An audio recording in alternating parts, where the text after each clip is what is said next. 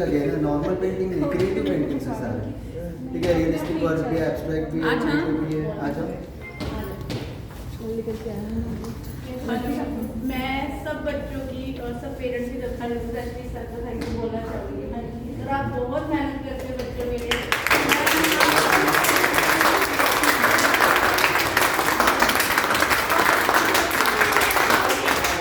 बिल्कुल दिल से करो, क्योंकि माँ बाप की बहुत उम्मीद है तुमसे, और अगर वो बोलते तो तुम्हारा ही फ्यूचर अच्छा होना है। बच्चा हमारा तो जो होना था हो गया।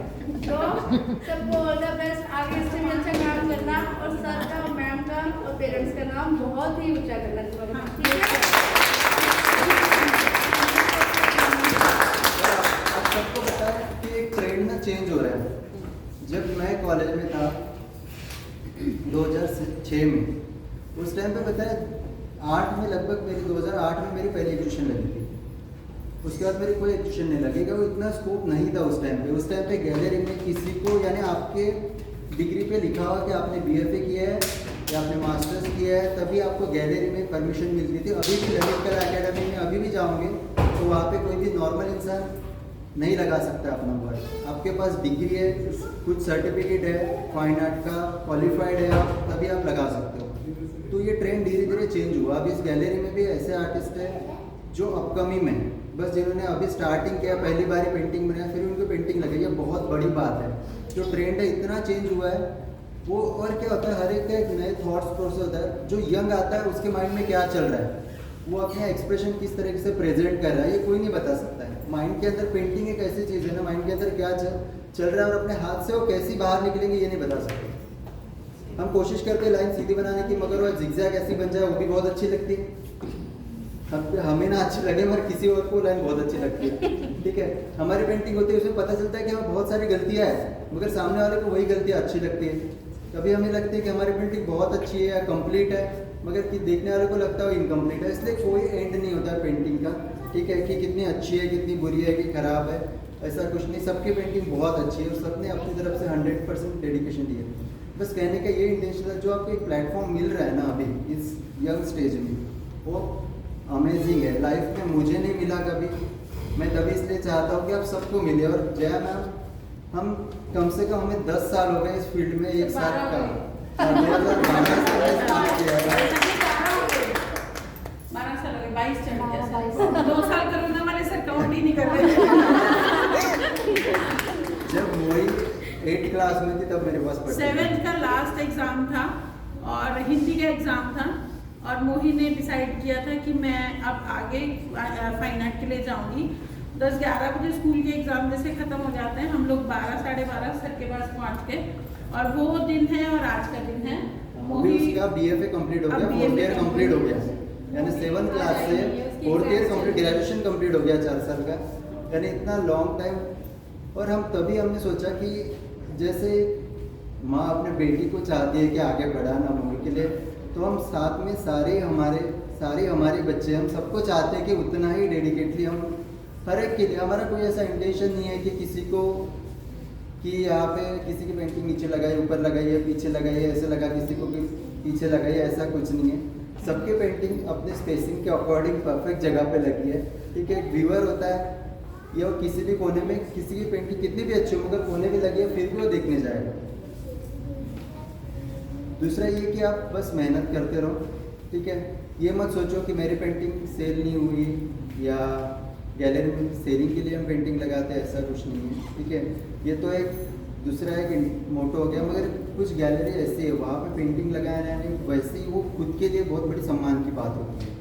ठीक है, और एक हमारा लेवल कहाँ पे है, हम किस लेवल तक पेंटिंग करते हैं, और जब 10 काम हमारे साथ में लगते हैं तब पता चलता है कि हमें और कितना काम करना है। ठीक है, वही से हम इंस्पायर होते हैं। 10 काम के साथ जब हमारा काम लगता है, हमें लगता है मुझे ऐसा भी करना चाहिए। यहाँ पे आप 2 काम कुछ सीख के जा रहे हो, हाँ मैं जैसे नाइफ वर्क भी करूँगा या ये पेंटिंग करूँगा, बड़े कैनवास पे पेंटिंग करूँगा, तो इंस्पायर होता है। जो अंदर से एनर्जी आती है ना, वही हमारे पेंटिंग में दिखती है। आप कितनी भी एनर्जी लाने की कोशिश करो ना, पेंटिंग में वो नहीं दिखती है, वो अंदर से आनी चाहिए। कुछ पेंटिंग होती है ना आर्टिस्टों की जो अंदर से बनती है, और कुछ पेंटिंग्स होती है ज़बरदस्ती, अरे एग्जीबिशन है बनाओ बनाओ करके। कुछ पेंटिंग होती है वो ऐसी बनती है। और कुछ पेंटिंग्स होती है जो लास्ट मोमेंट पे बनती है, मगर वो इतने एक्सीलेंट हो जाती है कि पता नहीं चलता है कि लास्ट मोमेंट पे वो लास्ट मोमेंट पे कैसे बनती है। वो अंदर का हमारा एक्सपीरियंस होता है, ठीक है, क्या पेंटिंग करनी है, जल्दी करनी है और अच्छी भी बन जाती है। और मैडम ने तो इतना अच्छा प्रोग्रेस कराया थोड़े दिन में, कितनी सुंदर पेंटिंग बनाई है। हाँ। आर्टिस्ट है हमारा। दो साल ही तो कोई 2 साल ही तो चले तो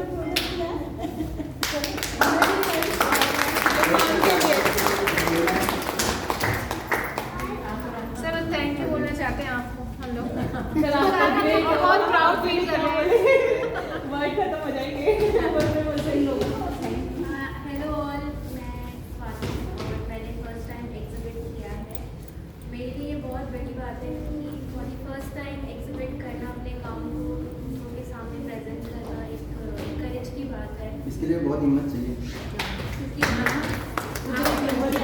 अपने आप को पब्लिक ओपिनियन के लिए रख रहे हैं, अपने काम को रख रहे हैं, आपको अच्छी बातें सुनने को मिलेगी, बुरी बातें सुनने को मिलेगी। तो ये सब चीज़ों को एक एक्सपीरियंस करना ही एक बहुत बड़ी बात है।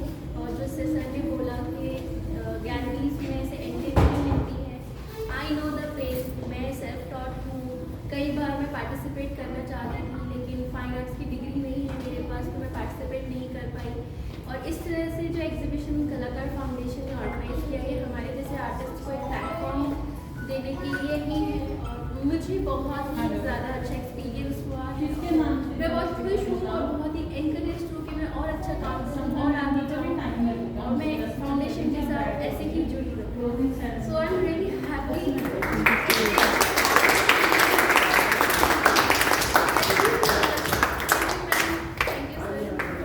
आप सबको पता है बाहर के गैलरीज में, फॉरेन में एग्जीबिशन करने के लिए वो पहले आपका इंडिया का बायोडाटा देखते हैं कि आपने किसने गैलरीज में एग्जीबिशन की है, तभी बाहर आप फॉरेन में किसी गैलरी में अपना एग्जीबिशन लगा सकते हैं। सोलो एग्जीबिशन, जैसे कि सोलो एग्जीबिशन कम से कम जो रेपुटेड आर्ट गैलरी है, कम से कम 7 से 8 आपके इंडिया में सोलो शो होने चाहिए, तब आपको एक अच्छा प्लेटफॉर्म मिलता है। ये तो आपकी शुरुआत है। कम से कम हमारे बायोडाटा में 5-6 पेज का बायोडाटा होना चाहिए, कम से कम 50-60 का शो होने चाहिए। और आपको स्टार्टिंग देखो कि बस रिसेंटली आपने स्टार्ट ही किया है, किसी ने कोई 12th में अभी जब गया है, किसी ने 12th पास आउट किया, तो शुरुआत है आपकी। तो जो आप 1 साल में 2-3 शो तो हमने कर लिए, वैसे हमारे कितने हर साल शो होते हैं और बहुत सारे गैलरीज में शो होते हैं। जहाँ पे भी आपको मौका मिलता है, चांस नहीं छोड़ना, ठीक है, क्योंकि ये अपॉर्चुनिटी एक बार नहीं मिलती है। एक बार जो स्टेज निकल जाते हैं ना, फिर अपॉर्चुनिटी नहीं मिलती। इसलिए अभी जहाँ पे ये मत सोचो कि ठीक है, हम ये सोचते ही नहीं यार 300 रुपये कहाँ से लाएंगे, 500 रुपये कहाँ से लाएंगे, 100 रुपये। देखो छोटी छोटी कंपटीशन होती है, वो पता नहीं चलता वो 100 रुपये की जो वैल्यू होती है ना, जब पेंटिंग को अवार्ड मिलता है ना, तब पता चलती है यार अच्छा हुआ, ले लिया, पार्ट ले लिया इसमें। तो इसलिए ये मत सोचा करो कि देखो हम 100 रुपये का जाके बर्गर खा लेते हैं, ये खा लेते हैं, मगर हम खुद के लिए 2 रुपये खर्च करने के लिए आगे पीछे देखते हैं, या गैलरी में एग्जीबिशन करने के लिए। और हम इतना नॉमिनल चार्ज लेते हैं ना अपनी इस गैलरी में, कोई भी एग्जीबिशन जब करता है ना, तो हर आर्टिस्ट कम से कम 10 से 15 हज़ार रुपये चार्ज करता है। मगर मैम की वजह से, मैम इतना आर्टिस्टों को सपोर्ट करते हैं, एकदम नॉमिनल चार्ज आपसे लेके यहाँ पे एग्जीबिशन कर रही है, ये बहुत बड़ी बात है। आपको सबको ये लग रहा है ये बहुत बड़ा दिन चाहिए कि एग्जीबिशन लगाने के लिए भी, और सबको साथ लेके चलना। आज के टाइम पे 10 के 10 पॉइंट ऑफ व्यू होते हैं, इसके बाद भी बहुत लोग क्रिटिसाइज करते हैं। क्रिटिसाइज से याद आया ऐसे कि जब इम्प्रेशनिज्म का टाइम था ना, जब इम्प्रेशनिज्म का टाइम था, जब वैन गॉग की पेंटिंग सबको पता है, स्टेरी नाइट पता नहीं, सर दिखाऊंगा फोटो। सर अभी उस मोड में घुस गए हैं अपने। तो क्या था, बस एक मिनट तो बता रहा हूँ। गैलरी में पेंटिंग लगाते हैं ना, तो जो भी हमारे पेंटिंग है ना कुछ पे बोलता है, तो उस टाइम पे क्या होता है, क्रिटिसाइज जो हुआ था, तो एक वेस्किली कैंडिस की एक बहुत फेमस क्रिटिक्स है, आप गूगल पे देखोगे। उसने क्या किया था, जितनी भी पेंटिंग्स लगी थी उस टाइम पे, कंटेम्पररी आर्टिस्ट जिनकी आज रिसेल वैल्यू करोड़ों में है, यानी वैन गॉग की एक पेंटिंग भी छोटी सी खरीदने जाओगे तो 5 से 6 करोड़ की है। उस टाइम पे उसकी पेंटिंग जब लगी थी गैलरी में, तो वेस्किली कैंडिस ने कहा था कि ये क्या जंगली जानवरों की तरह पेंटिंग बना के लगाई है, ऐसे ऐसे पैच, जिससे मोटे मोटे कलर लगा के लगाई थी पेंटिंग। तो ऐसे बहुत सारी पेंटिंग्स थी वहाँ पे। कुछ पेंटिंग इतनी रियलिस्टिक थी जैसे कि एडवर्ड मोनेट हो गया, हैम्ब्रे करके एक आर्टिस्ट है, उसका रियलिस्टिक स्कल्पचर लगा हुआ था और उसके पीछे एकदम इसकी पेंटिंग लगी थी। 3-4 आर्टिस्टों की एब्स्ट्रैक्ट। तो उसने कहा था कि ये कैसी पेंटिंग्स लगाई है एब्स्ट्रैक्ट। तो उसने कहा था फॉइज्म, यानी वो पेंटिंग उसने फॉ कहा था। तो उन्होंने आर्टिस्ट ने कहा कि फॉइज्म, अपने ग्रुप का नाम फॉइज्म उन्होंने कर दिया। तो एक इज्म स्टार्ट हुआ कि जंगली जानवर की तरह पेंटिंग, और वो नाम इतना फेमस हो गया कि जिनकी खराब पेंटिंग थी उनके लाखों में सेल हो गई। यानी उस क्रिटिक्स ने क्रिटिक्स करने के बाद, और जिसका रियलिस्टिक स्कल्पचर रखा हुआ था वो ऐसे रह गया। जिस पेंटिंग को खराब कहा वो पेंटिंग, वो आर्टिस्ट आज के टाइम पे टॉप पे। यानी वैन गॉग का नाम देखो हर कोई जानता है, और जो रियलिस्टिक कल्चर हैम्ब्रे करके है उसका नाम तो मैं भी आपको बता रहा हूँ तो आपको पता चल रहा होगा। तो सोचो ये बात होती है। इसलिए गैलरी में ये नहीं होना चाहिए कि मेरी पेंटिंग अच्छी है खराब, कोई कुछ नहीं कह सकता। तालियां बजा दो।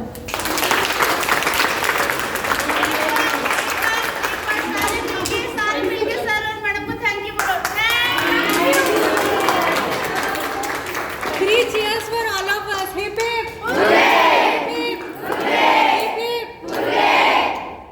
रिया आ जाओ बेटा। मैम अब जाए। बस बेटा 2 मिनट।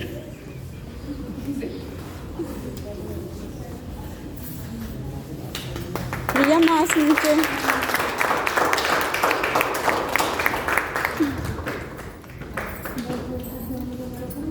रिया मास्क नीचे कर लो।